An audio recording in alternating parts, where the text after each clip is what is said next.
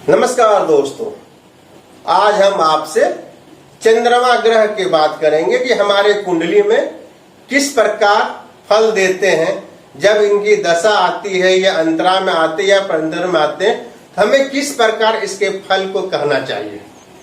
सबसे पहले हम लोग जान लेते हैं कि चंद्रमा के क्या क्या कार्य करते हैं। यदि चंद्रमा को देखें तो इससे हम लोग अपने मन को देखते हैं। साथ में यदि इसे राजतंत्र में यदि देखा जाता था तो इससे राजा को प्रतिनिधित्व किया जाता था। यदि हम लोग प्रजातंत्र में देखते हैं तो राष्ट्रपति को चंद्रमा से देखा जाता है। यदि हम लोग किसी राज्य की बात करते हैं तो उसके राज्यपाल को चंद्रमा से देखा जाता है। यदि हम लोग किसी जिले की बात करते हैं तो जिले की जो जिला प्राधिकारी है उसके समकक्ष जो भी अधिकारी आते हैं उससे हम लोग चंद्रमा को देखते हैं। यदि हम लोग इसके रंगों की बात करें तो ये गौर वर्ण युक्त होते हैं। साथ में इसे स्त्री ग्रह भी कहा गया है। साथ में अधिकांशतः ये सौम्य ग्रह भी होते हैं, परंतु जब ये सूर्य से 72 डिग्री के डिस्टेंस में रहते हैं या उसके अंदर रहते हैं तो इन्हें क्रूर ग्रह भी कहा जाता है। यदि हम लोग बात करें इसके स्वरूप के बारे में तो ये वात कफ वाले, बुद्धिमान, चंचल स्वभाव, कामातुर, गोल मटोल शरीर वाले, शुभ दृष्टि वाले और मधुर वाणी वाले होते हैं। यदि हम इनके तत्व के बारे में बात करें तो सारे चराचर जगत के जो जल तत्व हैं ये इसके अधीन आते हैं। यदि हम लोग चंद्रमा के धातु, स्थान या रस के बारे में यदि बात करते हैं तो हमारे शरीर के जो रक्त हैं उन्हें हम लोग चंद्रमा से देखते हैं। यदि किसी जातक, किसी व्यक्ति यदि आपके पास आता है, यदि वो बोलता है कि उसे रक्त से संबंधित कुछ बीमारियां हैं तो आपको इससे समझ लेना चाहिए कि इनका चंद्रमा कहीं ना कहीं खराब है।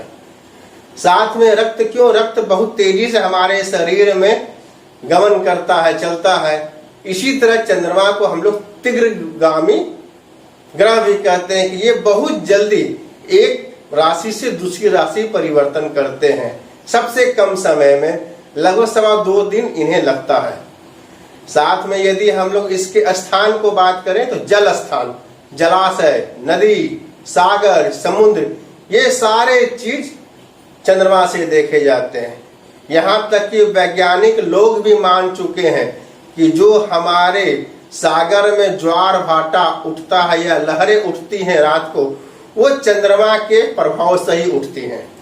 यदि इसके रस की बात करें तो नमकीन इससे देखा जाता है।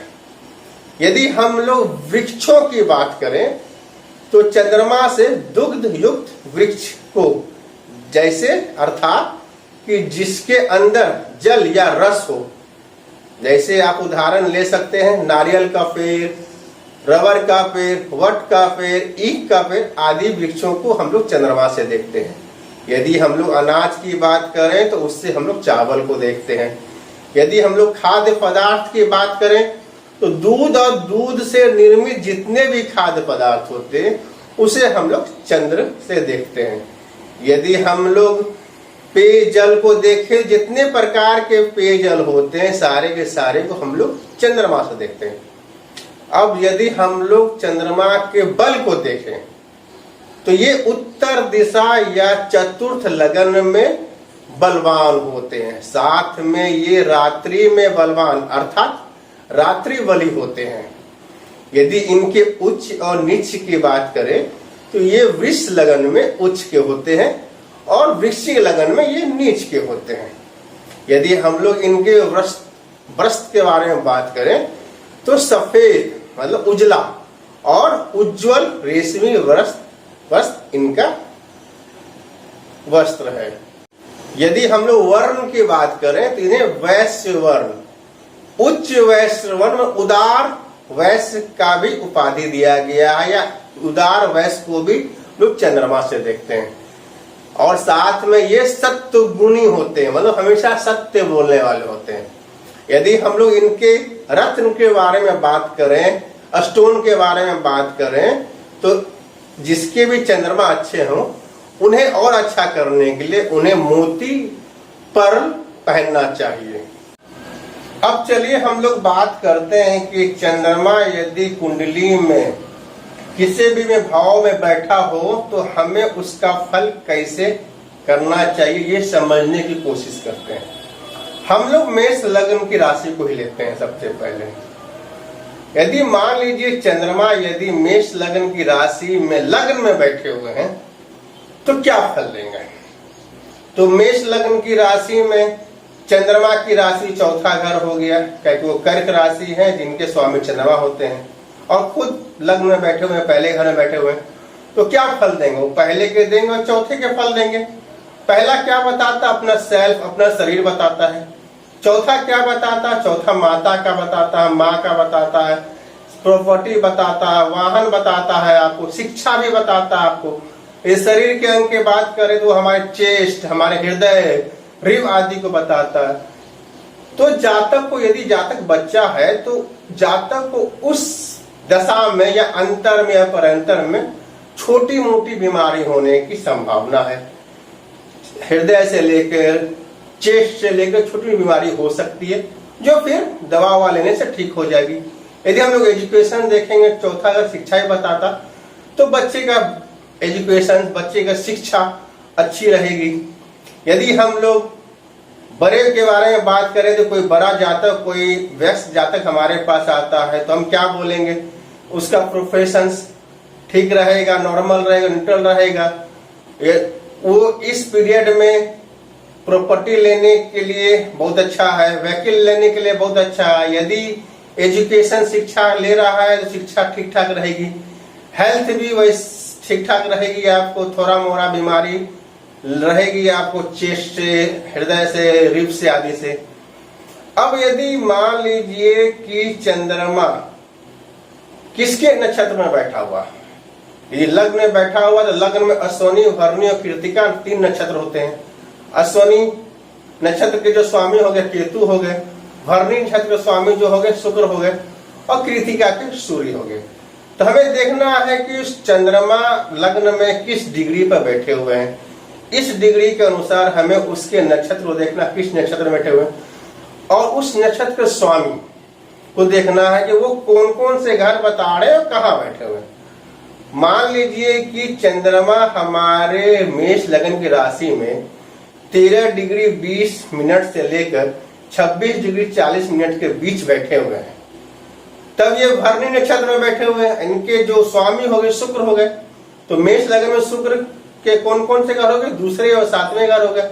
अब मान लीजिए कि ये 11वें घर में बैठे हुए हैं, तो शुक्र क्या देंगे, 2, 7, 11 बताएंगे।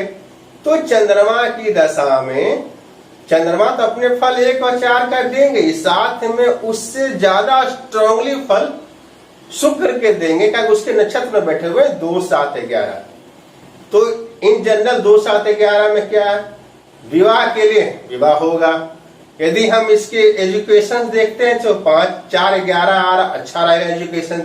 यदि हम लोग प्रोफेशन देखते हैं तो 2, 11 भी आ रहा है, 7, 11 प्रोफेशन फिर इसका अच्छा रहेगा। यदि हेल्थ के बारे में बात करते हैं 11वां मतलब हेल्थ भी ठीक रहेगा।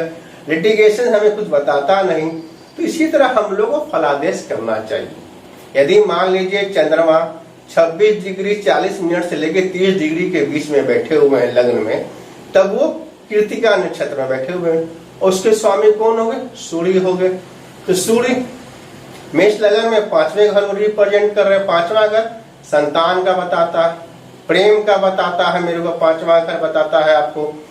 और यदि सूर्य कोई अच्छे घर भाव में बैठे हों, 10वें में, 11वें में बैठे हुए हों, तो इस पीरियड में भी जब चंद्रमा की दशा आएगी, अंतरा आएगी, अंतर आएगा, तो चंद्रमा क्या है, आपको वाहन देगा, प्रॉपर्टी देगा, एजुकेशन अच्छा रहेगा, प्रोफेशन भी ठीक रहेगा, लिटिगेशन कुछ नहीं बता रहा। यदि यही सूर्य यदि खराब घर 6ठे, 8वें, 12वें में बैठेंगे तो चंद्रमा की दशा अंतर प्रंतर में जातक को बहुत सारी परेशानियों से जूझना पड़ेगा। यदि हम एजुकेशन देखेंगे तो एजुकेशन खराब रहेगा, यदि हम बच्चे को संतान को देखते हैं तो 5वां घर 6वां या 8वां या 12वां घर जुड़ रहा है, वो भी बच्चों के लिए खराब है। आपको हेल्थ के बारे में देखेंगे तो 1 6 1 8 1 12 1 6 8 ये हेल्थ के लिए भी खराब बताता है हमको, प्रोफेशन के लिए भी खराब बताता है। तो जब भी चंद्रमा की दशा आएगी, अंतर आएगी, प्रंतर आएगी, यदि सूर्य जो कृतिका नक्षत्र चंद्रमा बैठे हुए हैं, यदि सूर्य 5वें घर में के स्वामी है और 6ठे 8वें 12वें कहीं बैठते हैं तो हमेशा जातक को परेशानियां होगी, किसी न किसी प्रॉब्लम में, किसी न किसी परेशानियों में वो उलझे रहेंगे हमेशा। इसी तरह मान लीजिए कि चंद्रमा मेष लगन राशि में तो दूसरे घर में बैठते हैं, तो चंद्रमा किसका फल देंगे? दूसरे और चौथे का फल देंगे। तो इसी तरह देखना कि दूसरा घर क्या होता है, हमारा संचित धन कहलाता है, हमारा संचित ज्ञान कहलाता है दूसरा घर। और साथ में यदि चौथा घर हमारा सुख का घर है, माँ का घर है, तो बच्चे की यदि हम लोग कुंडली देखेंगे, बच्चे यदि आएंगे पूछने के लिए कि सर हमारी चंद्रमा घर चल रही है, तो क्या बताएंगे? तो बताएंगे आपका एजुकेशन ठीक रहेगा, आपका हेल्थ भी ठीक रहेगा। दूसरा और चौथा घर है, पहला घर इन्वॉल्व नहीं है आपको। यदि कोई जातक, कोई वयस्क हमारे पास आता है, उसे बताएंगे आपके जीवन इस पीरियड में आपको प्रॉपर्टी लेने की संभावना है, आपके माँ से जो भी संबंध अच्छे रहेंगे, आपके वाहन लेने की संभावना है, प्लस आपको संचित धन है उसमें भी बढ़ोतरी होगी, आपके पास पैसे की बड़ी कमी नहीं रहेगी, जो जमा पूंजी वो रहेगी। अब उसके बाद उसके नक्षत्र को हम लोग देखते हैं किस नक्षत्र में बैठे हुए हैं। अब दूसरे घर में कौन कौन नक्षत्र आते हैं आपको? दूसरे घर में कृतिका आते हैं, रोहिणी आती है, मृगशिरा नक्षत्र आते हैं। कृतिका के सूर्य हो गए, रोहिणी के खुद चंद्रमा हो गए स्वामी, और मृगशिरा के मंगल स्वामी हो गए। तो सूर्य के तो मैं बता ही दिया। अब मान लीजिए चंद्रमा अपने ही नक्षत्र में बैठे हुए दूसरे घर में, तो वो क्या 2 4 बताएंगे, मतलब सारा कुछ न्यूट्रल रहेगा, मतलब जीवन जैसा चल रहा था इस दशा में वैसा चलता रहेगा। यदि वो मंगल के नक्षत्र में बैठ जाते हैं, मृगशिरा में बैठते हैं, तो चंद्रमा अपने तो देंगे फल, साथ में मंगल के भी फल देंगे। मंगल मेष लगन में पहले और 8वें का स्वामी हो गया आपको, और यदि खुद 12वें घर में बैठ गया तो 1 8 12, तो इसका मतलब चंद्रमा की जब दशा आएगी या चंद्रमा किसी दशा के अंतर में आएगा या प्रंतर में आएगा, तो उस समय, उस पीरियड में जातक शारीरिक रूप से बहुत ही कमजोर रहेगा, उसे बहुत सारी बीमारियां घेरी रहेगी, वो ठीक नहीं हो पाएगा। साथ में हो सकता है 8वां घर दिखा रहा है, 8वां घर हमारे सर्जरी, शल्य चिकित्सा का भी होता है, शल्य सर्जरी भी हो सकती है, उसके बाद भी हो सकता है कि वो सक्सेस ना हो, क्योंकि साथ में 12वां घर है। 8 और 12 जहां भी आते हैं हमें बहुत ज्यादा नुकसान ही देते हैं। यदि हम किसी प्रोफेशन के लिए देखें बहुत खराब है, लिटिगेशन पूरा लिटिगेशन दिखा रहा, 8 और 12 मेरे को आ रहा है।